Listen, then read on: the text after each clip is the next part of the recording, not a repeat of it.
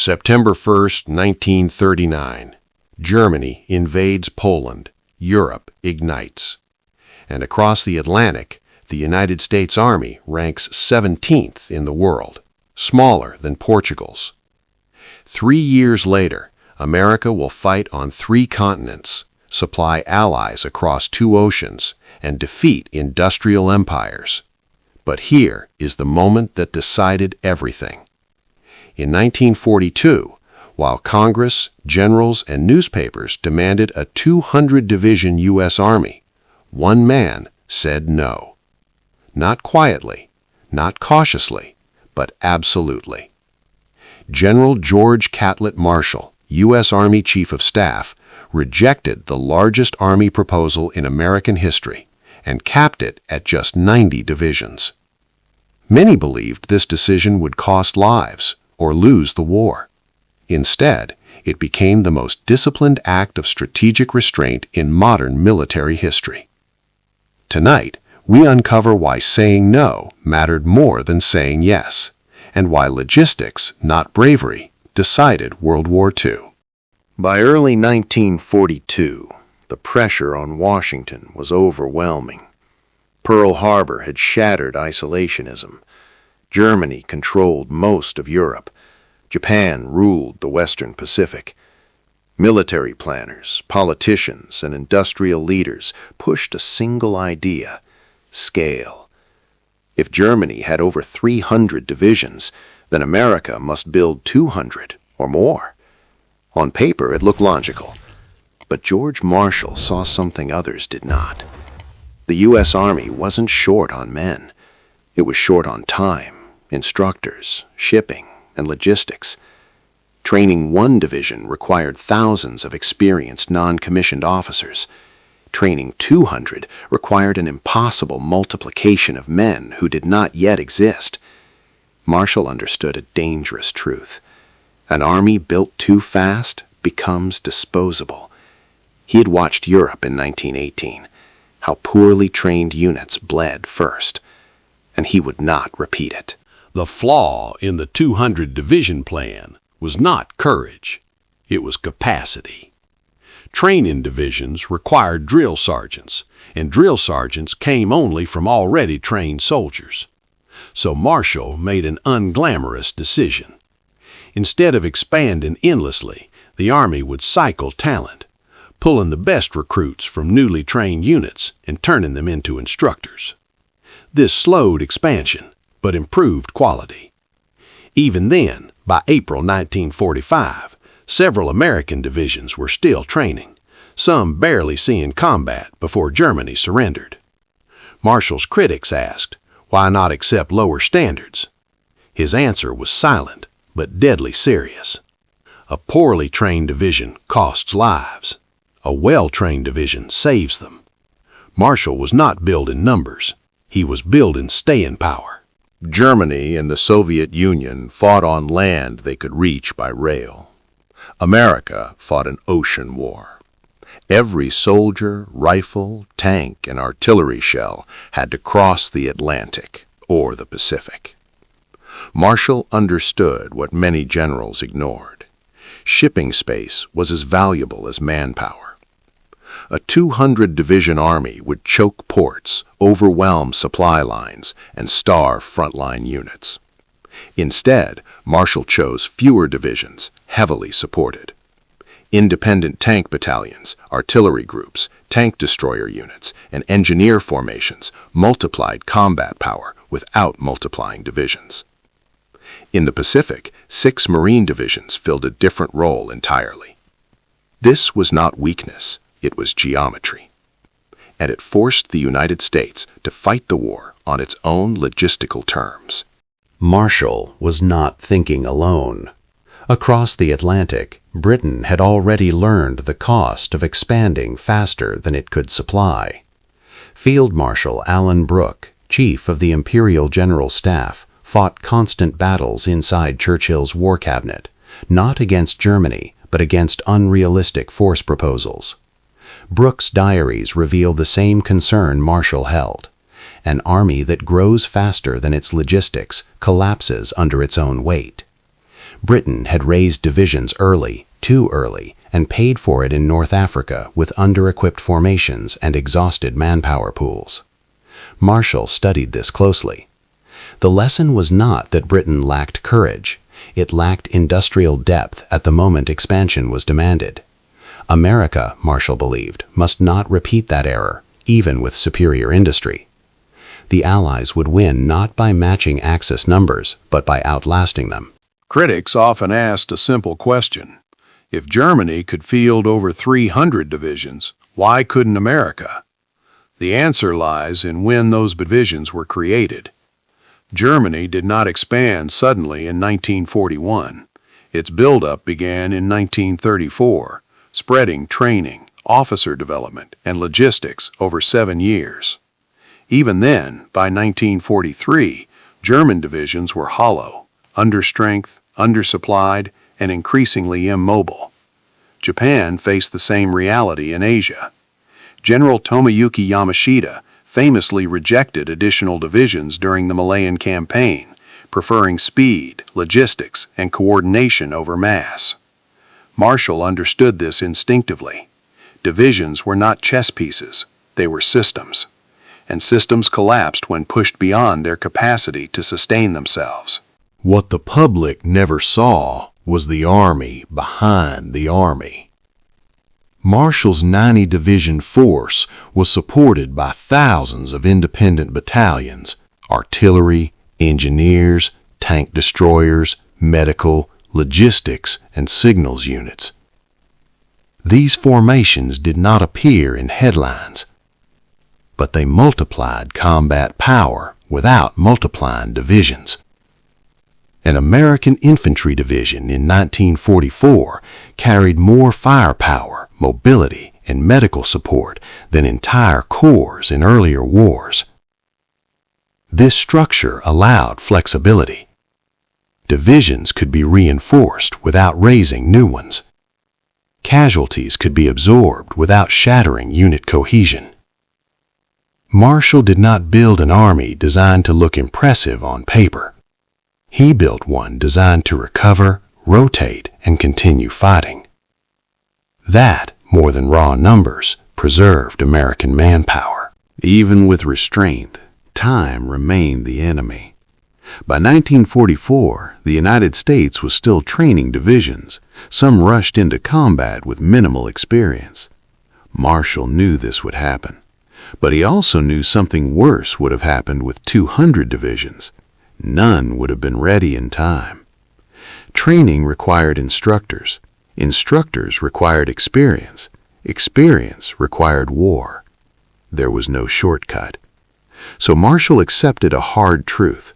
Better to field fewer divisions early, well supplied and well led, than to flood the battlefield with formations that would break on first contact.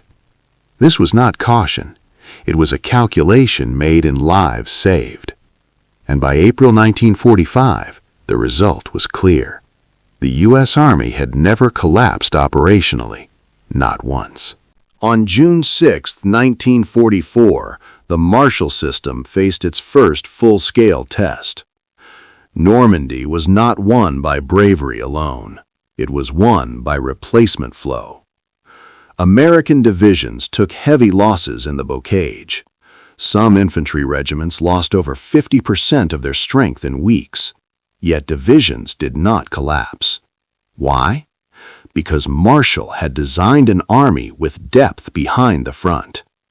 Replacement depots, training centers in Britain, and logistics pipelines ensured men, weapons, and medical care arrived continuously. German divisions, by contrast, bled once and stayed bled. The difference was not courage. It was organizational elasticity. Marshall's critics feared fewer divisions meant fewer replacements. The opposite was true. A 200-division army would have consumed its own manpower faster than it could replace it. Instead, the U.S. Army built a replacement system, not a rotation system. Men were trained centrally, shipped forward individually or in small groups, and integrated into veteran units. It was imperfect and psychologically brutal, but it worked. Divisions retained structure, command continuity, and institutional memory. German and Japanese units, once shattered, often ceased to exist. Marshall accepted a hard moral trade: preserve formations, even if individuals paid the price. That decision, however grim, kept the Army functional until victory. By late 1944, logistics had become an offensive weapon. The Red Ball Express, often mocked, moved thousands of tons of supplies daily. Fuel shortages slowed Patton, but never broke the Army. A 200-division force would have overwhelmed ports, roads, and depots. Marshall had capped growth before the system snapped. This allowed American divisions to remain mechanized, mobile, and fed. As British Field Marshal Brooke observed, amateurs talk tactics, professionals talk logistics. Marshall had been talking logistics since 1939. The success of Marshall's decision is hidden in numbers rarely discussed. American casualty rates, while high, were lower proportionally than many expected in prolonged combat. Divisions remained cohesive. Officers survived long enough to learn. Medical evacuation, blood supply, and surgery reduced fatality rates dramatically. A disposable army bleeds out. A sustained army adapts. Marshall never claimed moral purity. He claimed arithmetic, and the arithmetic held. By late 1944, Germany still fielded hundreds of divisions, on paper. In reality, many existed only as names. Infantry divisions fought at half strength. Panzer units lacked fuel. Artillery lacked ammunition. Germany had expanded beyond its ability to replace experience. Training cycles collapsed. Young recruits and older men filled gaps once held by veterans. Marshall had predicted this outcome years earlier. Numbers alone did not break Germany. Attrition did. A large army without renewal becomes hollow, then brittle. The Soviet Union proved that mass could work, but only at staggering cost. The Red Army fielded enormous formations, supported by ruthless mobilization and state-controlled logistics.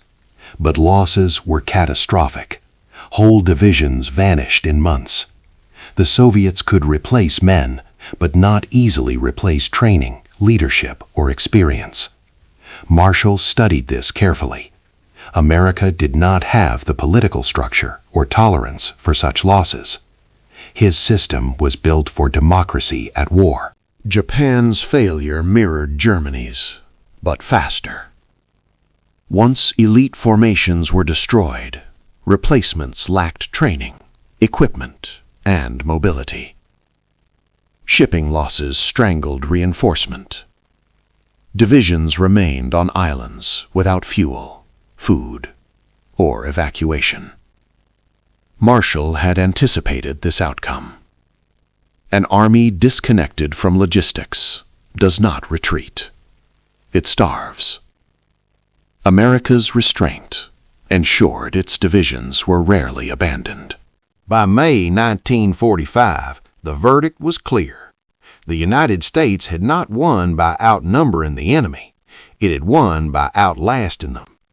Marshall's refusal to build 200 divisions preserved training, logistics, and leadership long enough for industry to decide the war. This was not hindsight, it was foresight, and it reshaped how wars would be fought after 1945. George Marshall did not build a smaller army. He built a system where divisions were supported, replaced, and sustained, where logistics moved first and combat followed, where training never stopped, even at the height of war. This was why the U.S. Army never fractured under pressure. Marshall understood that war was not a test of bravery. It was a test of endurance. By limiting size, he preserved coherence. And coherence, not numbers, carried the army from Normandy to the Elbe. Marshall's thinking did not end in 1945. As Europe lay in ruins, he recognized the next danger. An exhausted continent breeds instability. Instead of demobilizing blindly or expanding militarily, Marshall proposed something radical: economic logistics. The Marshall Plan applied the same principle he used in wartime: sustain systems, prevent collapse, avoid extremes. It humiliated Soviet influence not with armies, but with supply chains. Modern militaries still face the same temptation. More brigades, more divisions, more numbers. But Marshall's lesson remains unchanged. Without training pipelines, reinforcement systems, and logistics, scale becomes fragility. Large armies collapse quickly. Sustained armies adapt. Marshall did not reject power. He defined it. So why did George Marshall say no to a 200-division army? Because he understood what war consumes first. Not men, not machines, but time. Time to train, time to replace, time to recover. He refused to spend what could never be replenished. That refusal, quiet, unpopular, and absolute, won the war long before the first landing craft hit Normandy. History remembers battles. It rarely remembers restraint. But the boldest gamble of World War II was not an invasion. It was a refusal. George Marshall chose balance over excess, systems over spectacle, endurance over scale. And because of that choice, the United States did not merely win the war, it remained capable of shaping the peace.